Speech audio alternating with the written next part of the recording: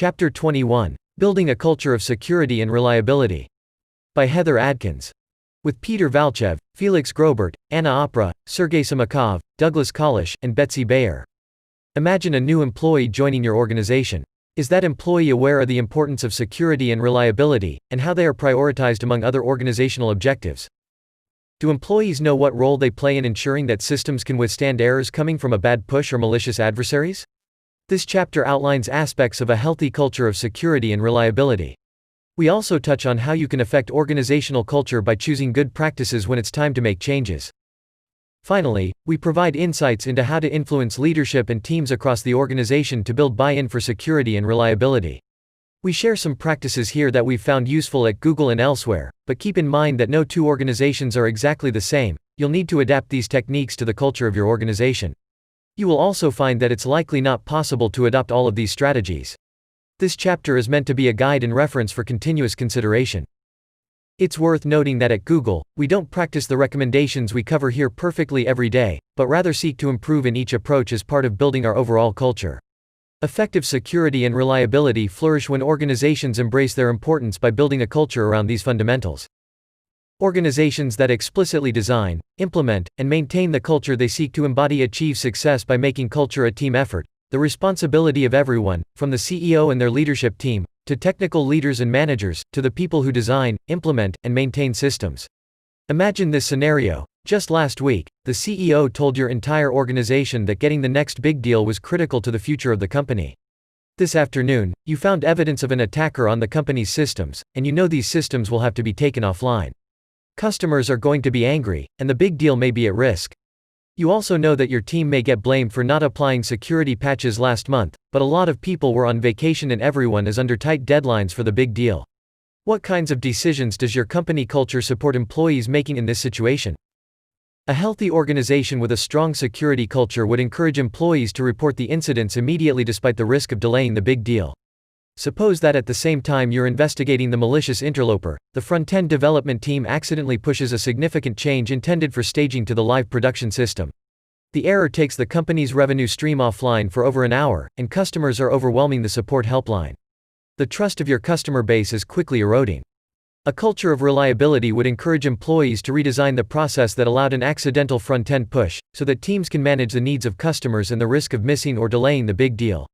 In these situations, cultural norms should encourage blameless postmortems to uncover patterns of failure that can be fixed, thereby avoiding harmful conditions in the future. Point 1. Companies with healthy cultures know that getting hacked once is very painful, but getting hacked twice is even worse. Similarly, they know that 100% is never the right reliability target. Using tools like error budgets and controls around safe code pushes can keep users happy by striking the right balance between reliability and velocity. Finally, companies with a healthy security and reliability culture know that in the long term, customers appreciate transparency when incidents inevitably occur, and that hiding such incidents can erode user trust. This chapter describes some patterns and anti-patterns for building a culture of security and reliability. While we hope that this information will be helpful to organizations of all shapes and sizes, culture is a unique element of an organization, crafted in the context of its particular challenges and features. No two organizations will have the same culture, and not all of the advice we provide here may be applicable to everyone. This is a chapter meant to provide a range of ideas on the topic of culture, but it's unlikely that every organization will be able to adopt all of the practices we discuss. The somewhat idealized view we present here won't be wholly practical in real-world situations. At Google too, we don't get culture right all the time, and we're constantly seeking to improve upon the status quo. We hope that from among the wide range of viewpoints and options presented here, you'll find some that may work in your environment. Defining a healthy security and reliability culture. Like healthy systems, a healthy team culture can be explicitly designed, implemented, and maintained. Throughout this book, we've focused on the technical and process components of building healthy systems. Design principles for building healthy cultures exist as well. In fact, culture is a core component of designing, implementing, and maintaining secure and reliable systems. Culture of security and reliability by default. As we discuss in Chapter 4, it's often tempting to delay considering security and reliability until the later stages of a project's lifecycle.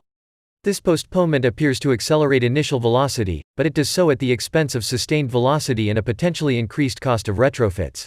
Over time, these retrofits can increase technical debt or be applied inconsistently, leading to failure. To illustrate this point, Imagine that when buying a car, you had to separately seek out a seat belt vendor, someone to review the safety of the car's windshield, and an inspector to validate the airbags. Addressing safety and reliability concerns only after manufacturing a car would place a high burden on the consumer, who may not be in the best position to assess whether the solutions implemented are sufficient. It could also lead to inconsistent practices between any two manufactured cars. This analogy reflects the need for systems to be secure and reliable by default. When security and reliability choices are made throughout the lifecycle of a project, it's easier to maintain consistency. Also, when these are integrated parts of the system, they can become invisible to the consumer. To return to the car analogy, consumers don't need to give much thought to safety mechanisms like seat belts, windshields, or rear-view cameras to trust that they do the right thing. Organizations with healthy cultures of by-default security and reliability encourage employees to discuss such topics early in the project lifecycle, for example, during the design stage, and throughout each iteration of implementation. As products mature, their security and reliability will continue to mature organically as well. This is formalized into the software development lifecycle. Such a culture makes it easier for people designing, maintaining, and implementing systems to incorporate the themes of security and reliability automatically and transparently. For example, you can introduce automation for continuous builds, sanitizers, vulnerability discovery, and testing. Application frameworks and common libraries can help developers avoid common vulnerabilities like XSS and SQL injection. Guidance around choosing the appropriate programming languages or programming language features can help avoid memory corruption errors. This kind of automatic security aims to reduce friction, such as slow code audits, and errors, bugs not spotted during review, and should be relatively transparent to developers. As systems mature within these security and reliability constructs, ideally, employees will increasingly trust these implementations. We provide some insight into the evolution of creating a culture of security and reliability by default at Google in chapters 12, 13, and 19. Culture of review. When a strong review culture is in place, everyone is encouraged to think ahead of time about their role in approving changes. This can bolster the ongoing security and reliability properties of the system by ensuring that changes take these special considerations into account. Peer reviews to ensure the security and reliability features of a system apply in a variety of change scenarios, such as these. Multi-party authorization reviews for access or changes to maintain least privilege, see Chapter 5. Peer reviews to ensure that code changes are appropriate and of high quality, including security and reliability considerations, see Chapter 12. Peer reviews of configuration changes before they are pushed to production systems, see Chapter 14. Building such a culture requires a broad understanding across the organization about the value of the reviews and how to carry them out. Change review practices should be documented to set clear expectations about what will happen during the review. For example, for peer code reviews, you might document the organization's engineering practices related to code review and educate all new developers about these expectations. Point 3. When requiring peer review for multi-party authorization schemes, as described in Chapter 5, document when access will be granted and under what conditions it might be refused.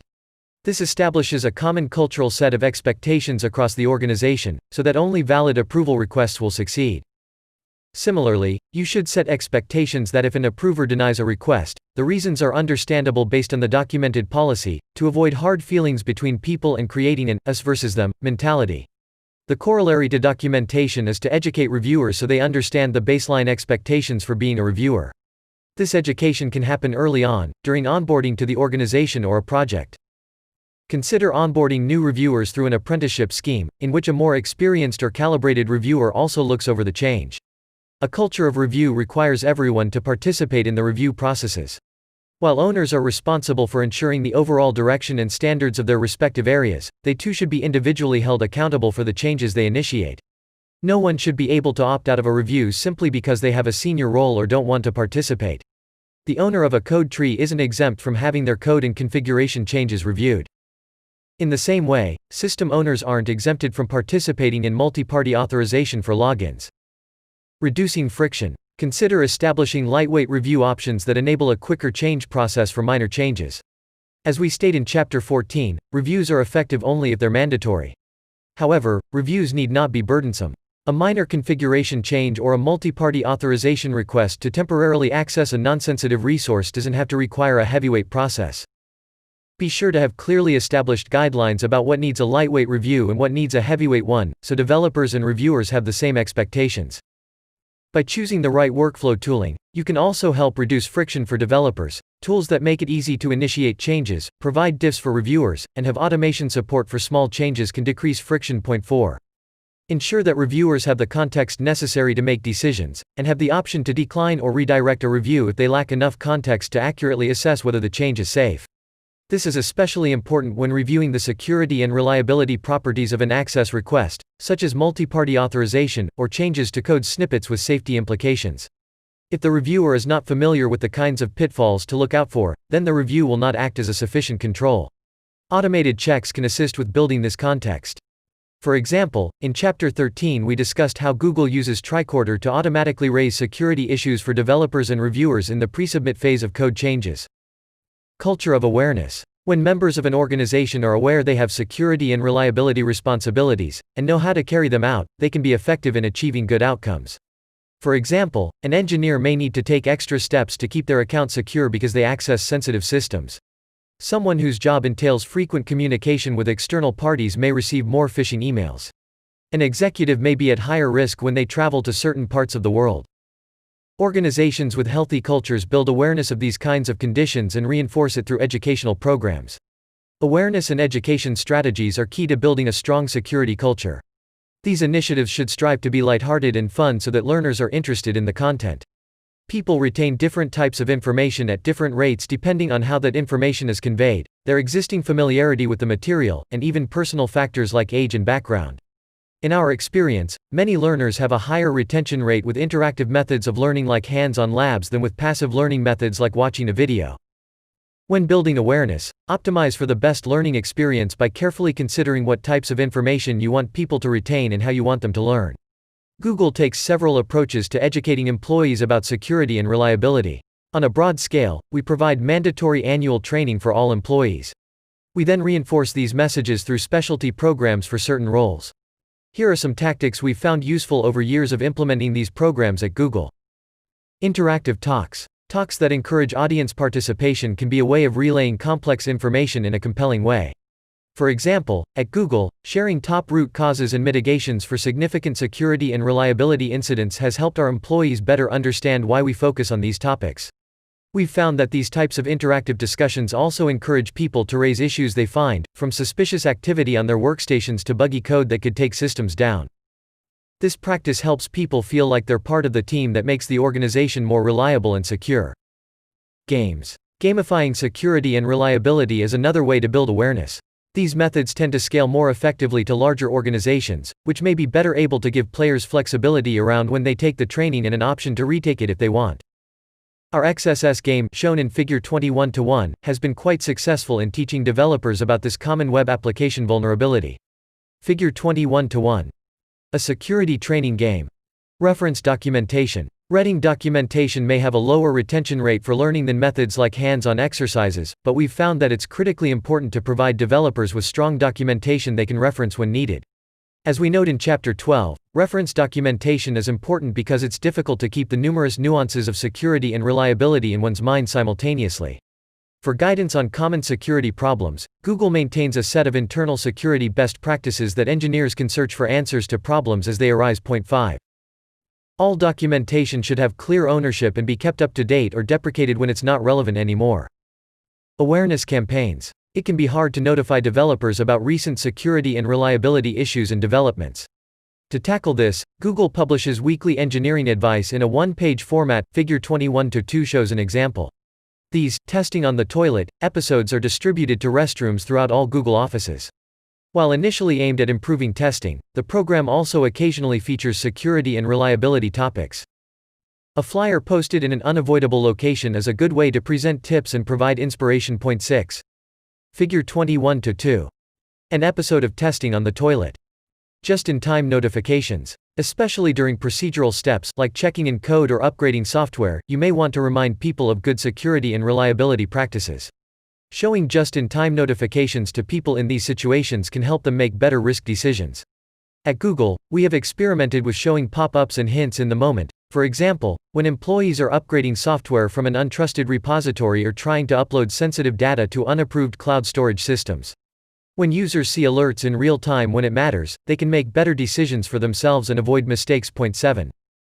On a related note, as we discuss in Chapter 13, presenting developers with pre-submit security and reliability hints helps them make better choices when developing code. Culture of yes. Over time, organizations can develop a conservative risk culture, especially if security breaches or reliability issues have led to revenue loss or other bad outcomes. In an extreme form, this mindset can lead to a culture of no, the inclination to avoid risky changes and the negative consequences they might entail. When perpetuated in the name of security or reliability, a culture of no can cause an organization to stagnate, and even fail to innovate. We've found that healthy organizations have a way to work through the challenge of saying yes when taking advantage of an opportunity requires some amount of risk, that is, to take risks deliberately. To embrace risk in this way, you typically need to be able to assess and measure it. As a concrete example, in Chapter 8 we describe the approach used to secure Google App Engine, a platform that proposed running third-party unverified code. In this situation, Google's security team could have judged the launch as too risky. After all, running arbitrary untrusted code is a fairly well-known security risk. You don't know, for instance, if the third party managing the code might be malicious and try to escape from the platform's execution environment and compromise your infrastructure. To address this risk, we embarked on an ambitious collaboration between the product and security teams to produce a layered, hardened system, which allowed us to launch a product that would have otherwise seemed too dangerous. This kind of collaboration made it easier to build additional security into the platform over time, since there was an established base of trust between the teams. Balancing accountability and risk-taking. The inclination to say no to risky changes can also stem from an individual's fear of making the wrong call. In the context of design reviews and code audits, this tendency can be especially challenging, since it's not possible for humans performing manual reviews to find every single security or reliability problem. If people think they are the only line of defense against a risky change, they may be less inclined to embrace risk.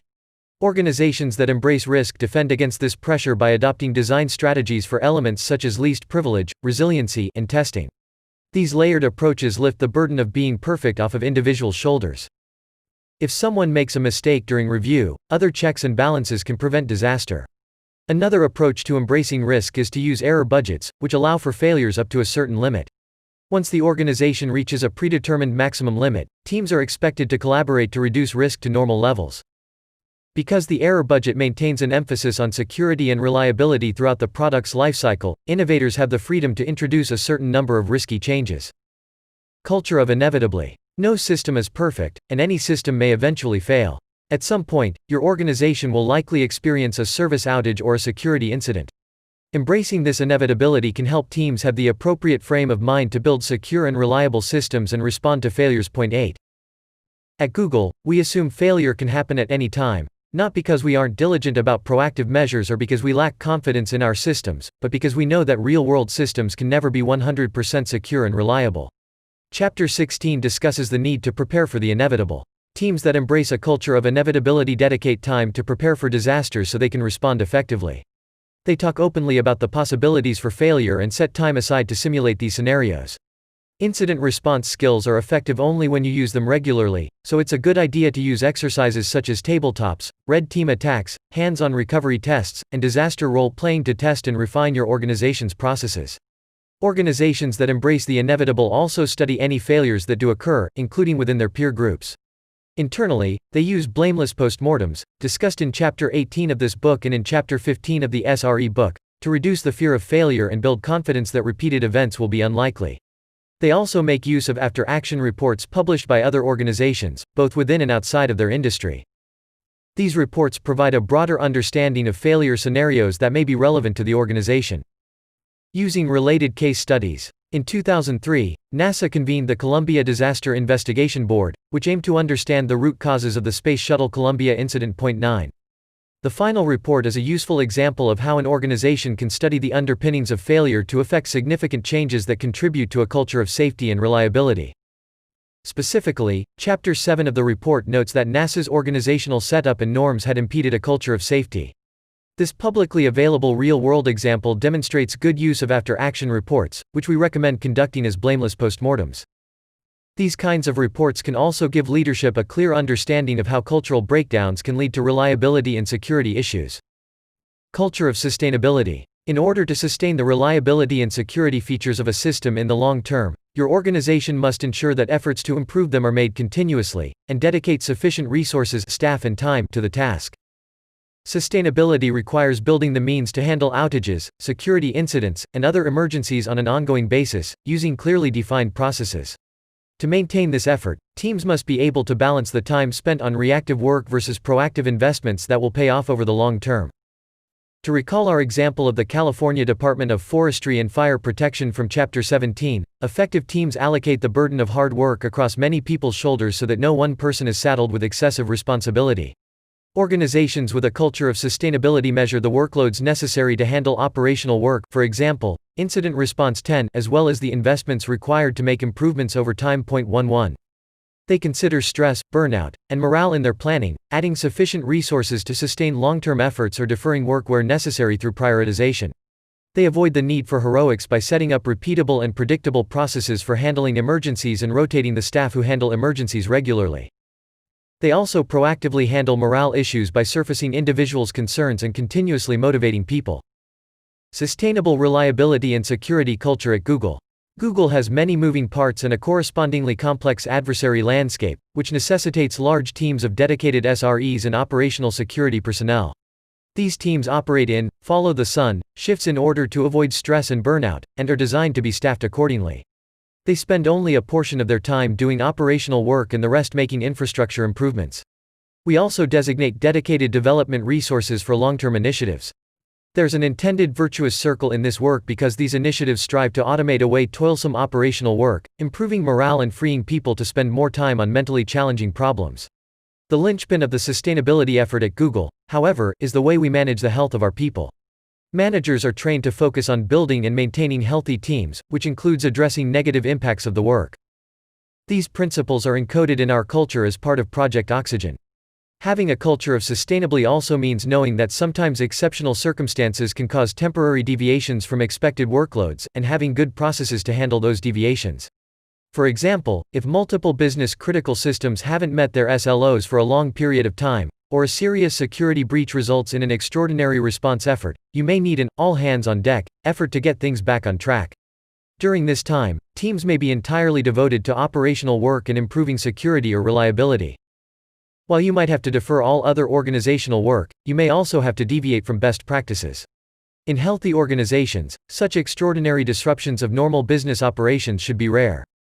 When navigating these situations, the following considerations can help maintain a culture of sustainability once the situation is resolved.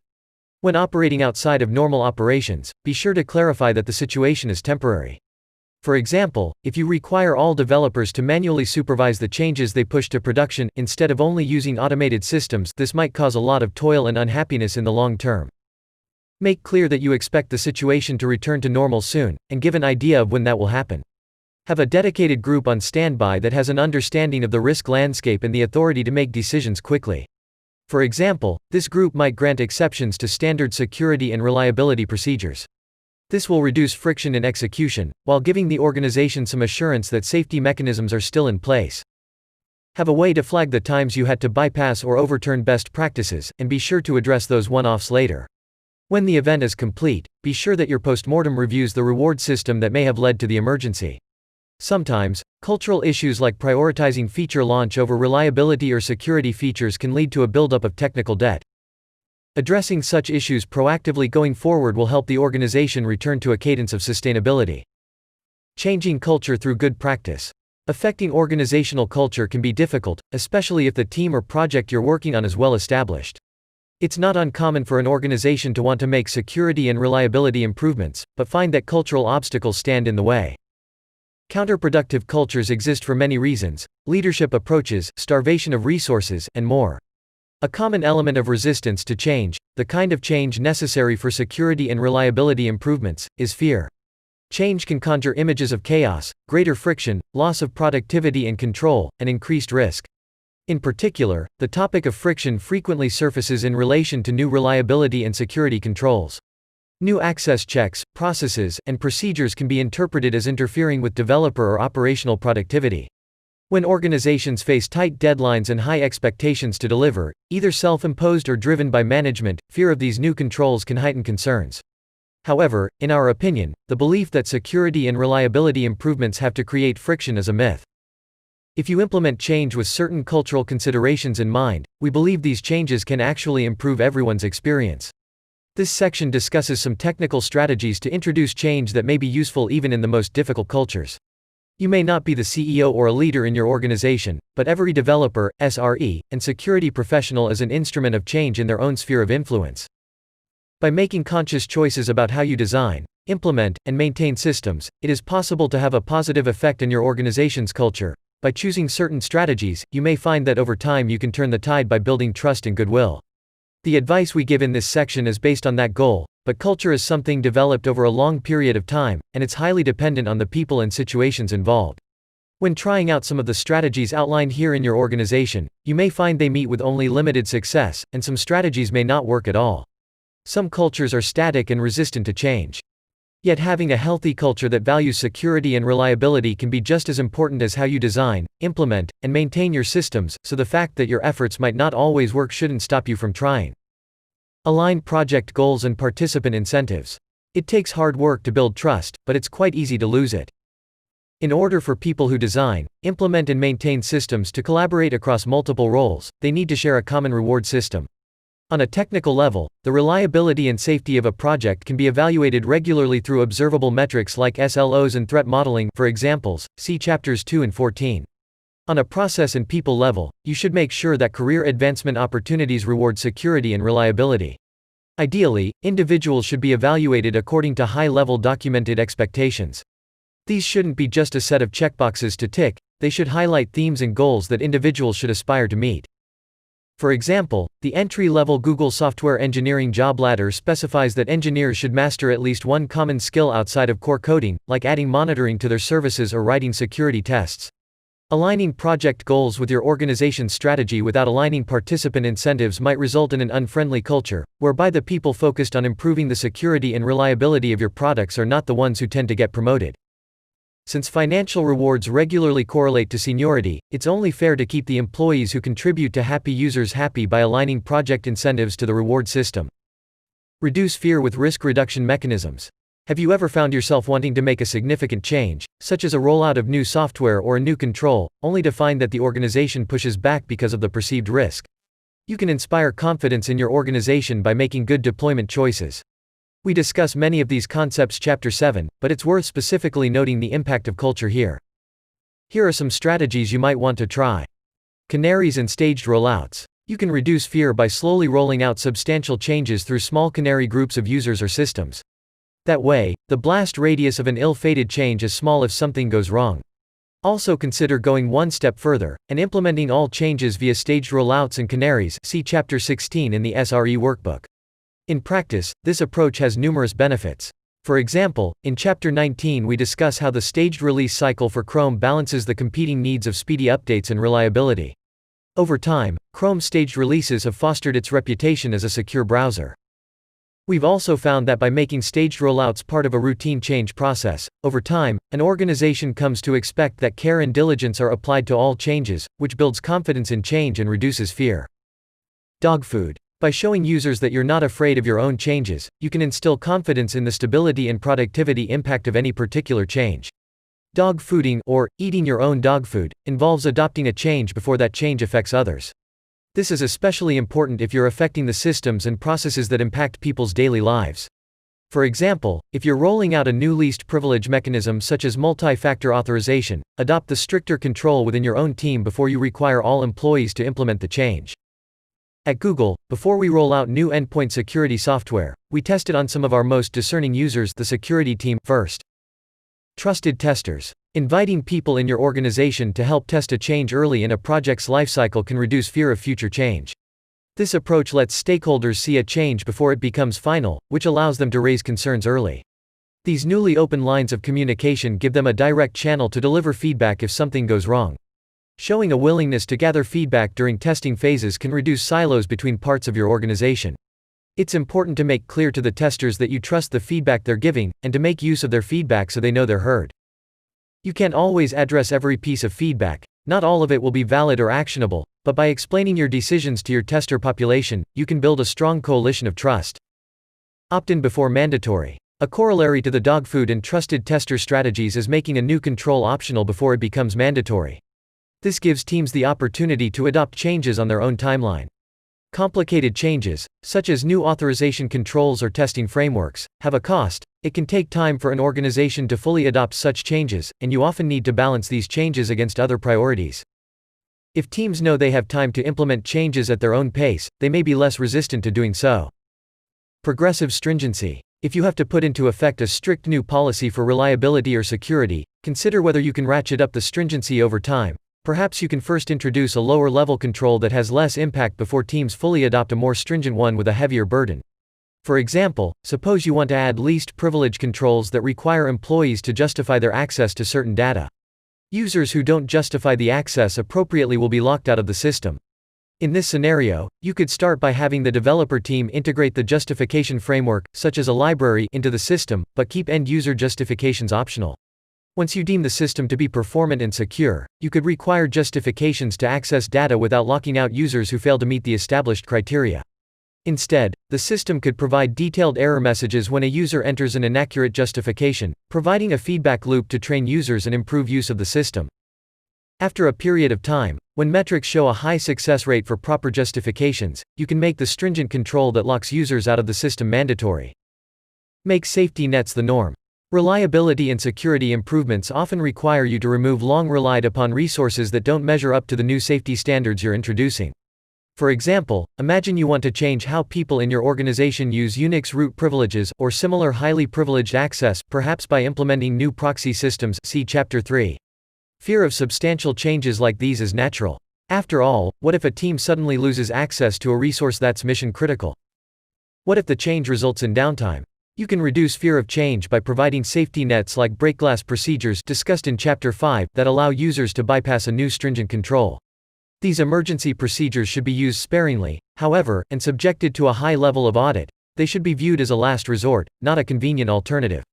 When implemented properly, break-glass procedures can provide nervous teams with the assurance that they can adopt a change or react to an incident without completely losing control or productivity. For example, suppose you have a staged rollout procedure that requires a long canary process, which you've implemented as a safety mechanism to prevent reliability issues.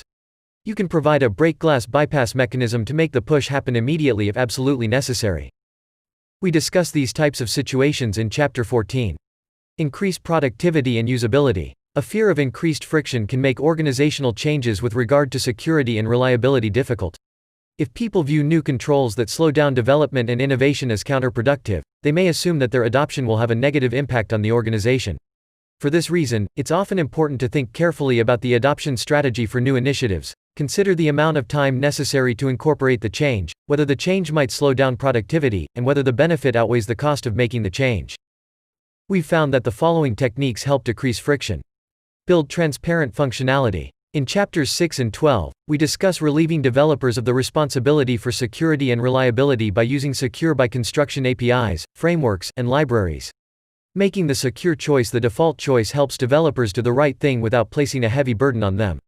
This approach reduces friction over time because developers not only see the benefits of having secure and reliable systems, but also recognize your intent to keep these initiatives simple and easy.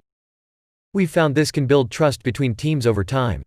Focus on usability. A focus on usability positively affects a culture of security and reliability. Point 1-2. If a new control is easier to use than what it's replacing, it can create positive incentives for change.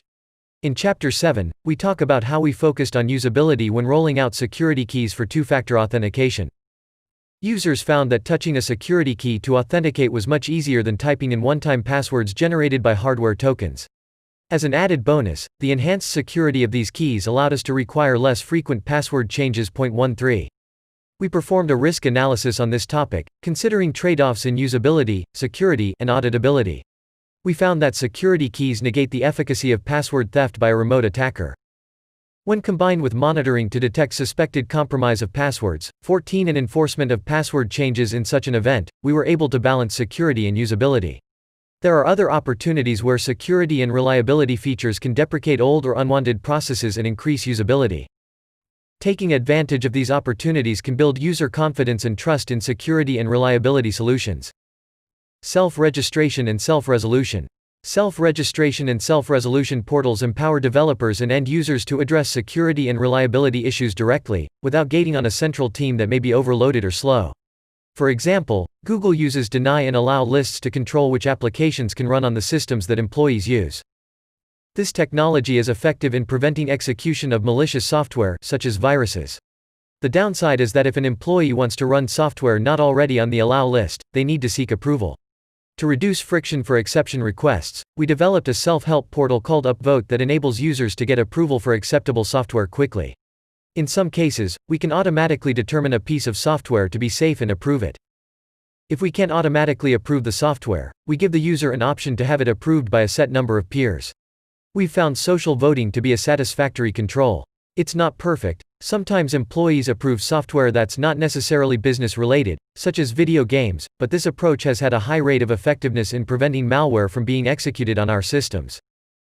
And since it does not gate on a central team, friction for the control is kept very low.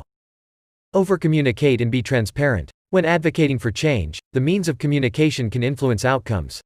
As we discuss in chapters 7 and 19, good communication is key to building buy-in and confidence in success. Giving people information and clear insight into how change is happening can reduce fear and build trust. We've found the following strategies to be successful.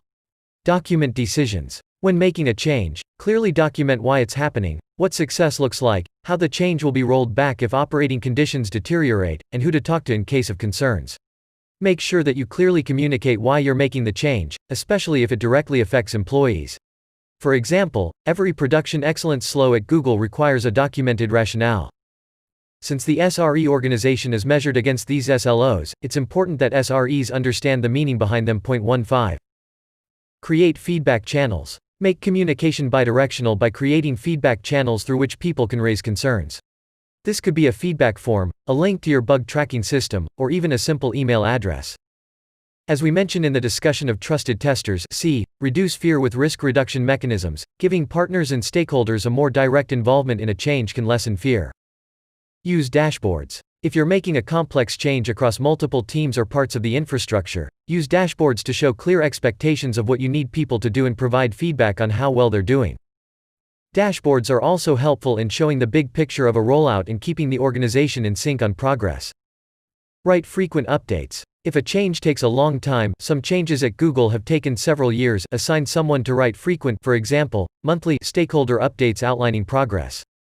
This will build confidence, especially in leadership, that the project is progressing and that someone has a watchful eye on the health of the program. Build empathy. You can't understand someone until you've walked a mile in their shoes. Unknown. People begin to understand the challenges others face when they understand the ins and outs of performing their role. Cross-team empathy is especially important when it comes to reliability and security properties of the system, since, as discussed in Chapter 20, these responsibilities should be shared across the organization. Building empathy and understanding can help reduce fear in the face of necessary changes. In Chapter 19, we outline a few techniques for building cross-team empathy, in particular, how teams can share responsibilities for writing, debugging, and fixing code. Similarly, the Chrome security team runs Fixits not only to improve the security of the product, but also as a cross-organization team-building activity. Ideally, teams consistently share responsibilities from square one. Job shadowing or job swapping is another approach to building empathy that doesn't require permanent organizational top-down changes. These engagements can range from a few hours, which tend to be less formal exercises, to several months, which may require management buy-in. By inviting others to experience your team's work, you can signal that you're willing to tear down organizational silos and build common understanding. Google's SRE Security Exchange program allows an SRE to shadow another SRE or security engineer for a week. At the end of the exchange, the SRE writes a report with improvement recommendations for both their home team and the host team. When conducted in the same office, this program requires a very low investment but provides many benefits in terms of knowledge sharing across the organization. Google's Mission Control program encourages people to join the SRE organization for 6 months, during which time they learn how to think like an SRE and respond to emergencies. In doing so, they directly see the impact of software changes initiated in partner organizations. A parallel program known as Hacker Camp encourages people to join the security team for 6 months, where they can work on security reviews and response efforts. Programs like these may begin as small experiments with 1 or 2 engineers, and grow over time if successful. We've found that this type of job swapping both builds empathy and inspires exciting new ideas about how to solve challenges. Bringing in these new perspectives and building goodwill between teams helps grease the cogs of change. Finally, building in mechanisms to say thank you, from simple emails to more elaborate forms, reinforces the positive impact that people have on one another and sets the right incentives. At Google, we've long had a culture of peer bonuses, small amounts of cash that don't cost the company a lot of money, but build large amounts of goodwill. A cash-free version of this called Kudos allows Googlers to formally recognize each other in digital form that's visible to everyone. Some of our offices have also experimented with thank you postcards. Convincing leadership. If you work in a large organization, getting buy-in for reliability and security changes you want to make may be a challenge. Since many organizations are incentivized to spend their limited resources on revenue-generating or mission-forward efforts, it can be tough to get buy-in for improvements that are seen as happening behind the scenes. This section explores some strategies we've used at Google, or seen used elsewhere, to get buy-in from leadership for security and reliability changes. As with the guidance given elsewhere in this chapter, your mileage may vary. Some of these strategies will be effective, while others won't be. Just as every organization's culture is unique, so is every leader and leadership team. It's worth repeating our previous advice here: just because you think one of these strategies won't work doesn't necessarily mean you shouldn't try it. The results just might surprise you. Understand the decision-making process. Suppose you want to make a fairly substantial change to your organization's custom front-end web serving infrastructure to include DDoS protection, for example, referencing the benefits outlined in Chapter 10.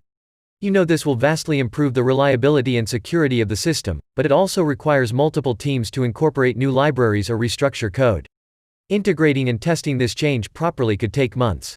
Given the high cost but positive impact, who in your organization would make the decision to move forward, and how would they make that decision? Understanding the answers to these questions is key to knowing how to influence leadership. Here, the term leadership loosely applies to the people who make decisions, whether those decisions are around direction setting, resource allocation, or resolving conflicts. In short, these are the people who are perceived to have authority and accountability. They are the people you want to influence, so you need to figure out who they are. If you work in a large company, they could be VPs or other senior people in management. Smaller organizations, such as startups and nonprofits, often consider the CEO to be the senior decider. In an open source project, this could be the project's founder or top contributor. The answer to the question, who is the decider for this change, can be tricky to determine. The authority to make decisions may indeed lie with someone typically considered to be at the top of the leadership hierarchy or in an obvious gatekeeping role, such as a lawyer or risk officer. But depending on the nature of the change you're proposing, the decision might also reside in a tech lead, or even with you. The decider may not be a single person, it could be a set of stakeholders across the organization from different departments such as legal, press relations, engineering, and product development. Sometimes the authority to make a decision resides loosely within a group of people or, in the extreme form, within a whole community. For example, in Chapter 7 we describe how the Chrome team participated in increasing HTTPS usage on the Internet. In this situation, the decision to make a directional change was made within the community, and required building an industry-wide consensus. Determining who is a decider for a change may take some sleuthing, especially if you are new to an organization, or if there are no existing processes telling you how to get something done. However, you can't skip this step. Once you understand who the deciders are, you then should seek to understand the pressures and demands that they face. These might stem from their own management, boards of directors, or shareholders, and can even take the form of external influences like customer expectations. It's important to understand these pressures so you can understand where your proposed changes fit in. To return to our earlier example of adding DDoS protection to the front-end web serving infrastructure, where would that change fit in relative to leadership's priorities? Build a case for change. As we've mentioned already in this chapter, resistance to change can stem from fear or perception of friction, but in many cases it can also stem from not understanding the reason for a change. When faced with many priorities, decision makers and stakeholders have the difficult task of choosing between different goals that they would like to achieve. How will they know your change is valuable? It's important to understand the challenges decision makers face when building a case for your change. These are some of the steps in a successful case building process. 16. Gather data. You know that a change needs to be made. How did you come to that conclusion? It's important to have data to back up your proposed change. For example, if you know that building automated test frameworks into the build process will save developers time, can you demonstrate how much time this change will save?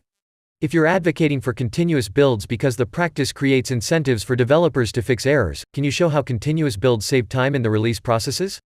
Conduct research and user studies to produce data-rich reports complete with graphs, charts, and anecdotal stories from users, then summarize this data in a way that decision makers can digest. For example, if you want to drive down the time it takes your team to patch security vulnerabilities or address reliability configuration issues, consider creating a dashboard that tracks progress for each of the engineering teams. Showing those dashboards to the leaders of those areas can encourage individual teams to hit targets. Be mindful of the investments you'll need to make to gather high-quality, relevant data. Educate others. Security and reliability issues can be hard to understand unless you're connected to them every day. Get the word out through talks and information sessions. At Google, we use Red Team postmortems, see Chapter 20, to educate leaders at a high level about the kinds of risks we're facing. While Red Teams were not originally created as an educational effort, they can raise awareness within all levels of the company. This has been beneficial in convincing teams to maintain their SLOs for remediating vulnerabilities. Align incentives. Using the data you've gathered and your knowledge of the pressures deciders face, you may be able to address other concerns in their sphere of influence. In our earlier DDoS example, making the proposed change to the framework would provide a security benefit, but a more reliable website would also potentially help increase sales. This could be a strong argument to present to the company's leadership. For a real-world example, Chapter 19 discusses how rapid releases of Chrome get security fixes to users faster, with the additional benefit of quick deployment for reliability fixes and new features. This is great for users and product development stakeholders alike. Don't forget to discuss how you're reducing the fear and friction that may accompany a change. As mentioned earlier in this chapter, Google's rollout of security keys allowed us to eliminate unpopular password change policies and reduce end-user friction for two-factor authentication, which were powerful arguments for change. Find allies. Chances are, you're not the only person who knows that a change you're proposing would be beneficial.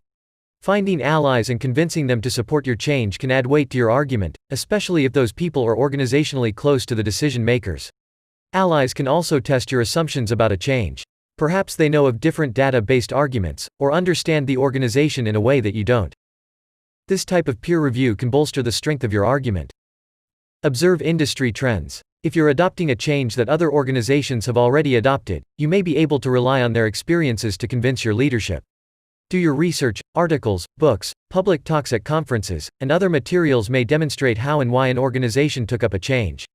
There may be additional data points you can use directly in building your case for change. You could even consider bringing in expert speakers to address your leadership on specific topics and industry trends. Change the zeitgeist. If you can change the way people think about your problem over time, it may be easier to convince decision makers later on. This applies especially when you need broad consensus for a change. We discuss this dynamic briefly in the HTTPS case study in Chapter 7, where the Chrome team and others in the industry changed developer behavior over a long period of time, to the point where HTTPS as a default became the norm. Pick your battles. If your organization is facing many reliability and security challenges, constant advocacy can create fatigue and resistance to additional change.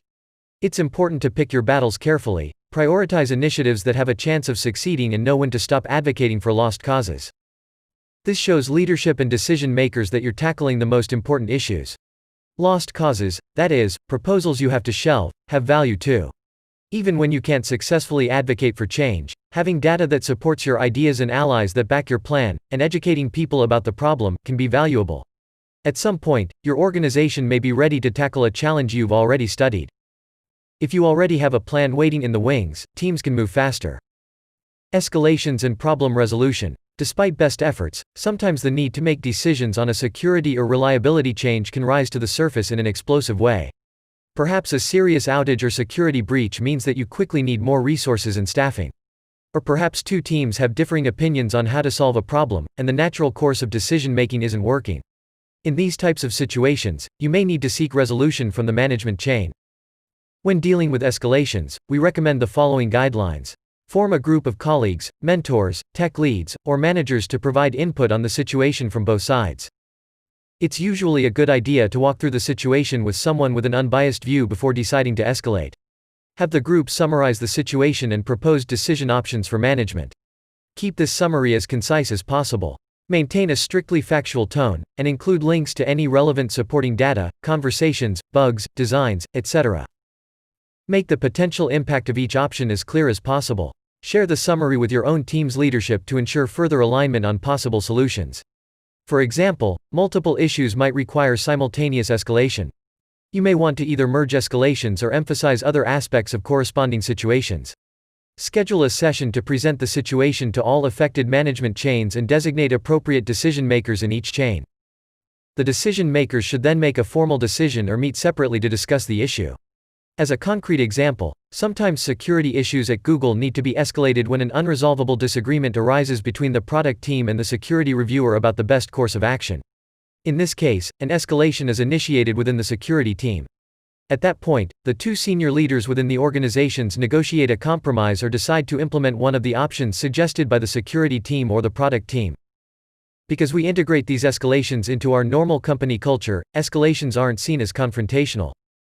Conclusion: just as you design and manage systems, you can design, implement, and maintain the culture of an organization over time to support security and reliability goals. Reliability and security efforts should be considered just as carefully as engineering efforts. There are important cultural elements of engineering that, when taken in aggregate, or even on their own, can contribute to more robust systems. Security and reliability improvements can inspire fear or concern about increased friction. There are strategies for addressing these fears and helping achieve buy-in from the people these changes affect. Making sure that your goals are well aligned with stakeholders, including leadership, is key. Focusing on usability and demonstrating empathy for users can encourage people to adopt change more readily. Making a small investment in thinking about how others perceive change may lead to greater success in convincing them that your changes are sound. As we stated in the opening to this chapter, no two cultures are the same, and you'll need to adapt the strategies we've outlined to your own organization. In doing so, you will also find that you likely can't implement all of these strategies. It may be useful to pick and choose the areas your organization most needs to address, and improve those over time, which is the way Google approaches constant improvement over the long term. 1. See Chapter 15 of the SRE book. 2. This is discussed in Chapter 3 of the SRE book. 3. Google's practices for code reviews are documented in the Code Review Developer Guide. For additional background on Google's code review process and culture, see Sadovsky, Caitlin et al., 2018. Modern Code Review, a case study at Google.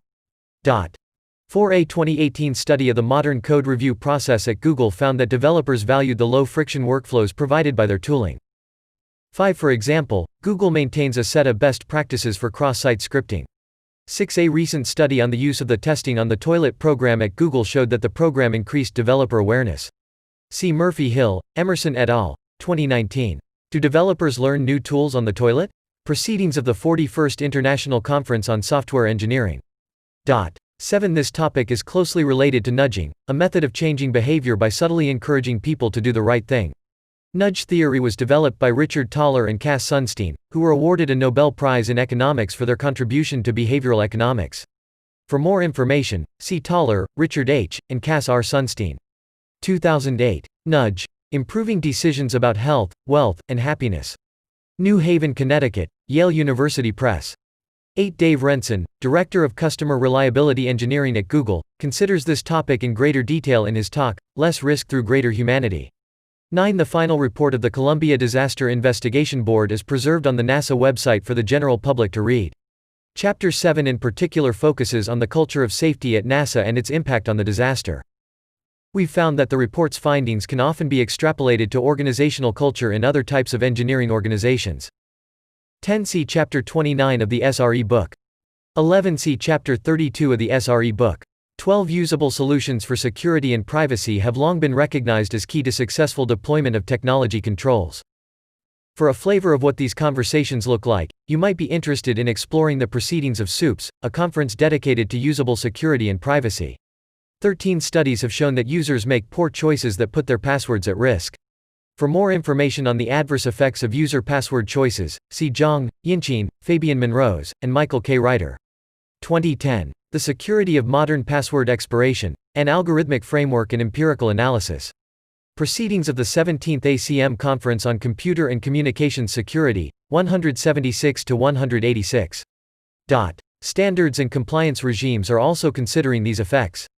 For example, NIST 800-63 has been updated to require a password change only when there is suspicion that it has been compromised.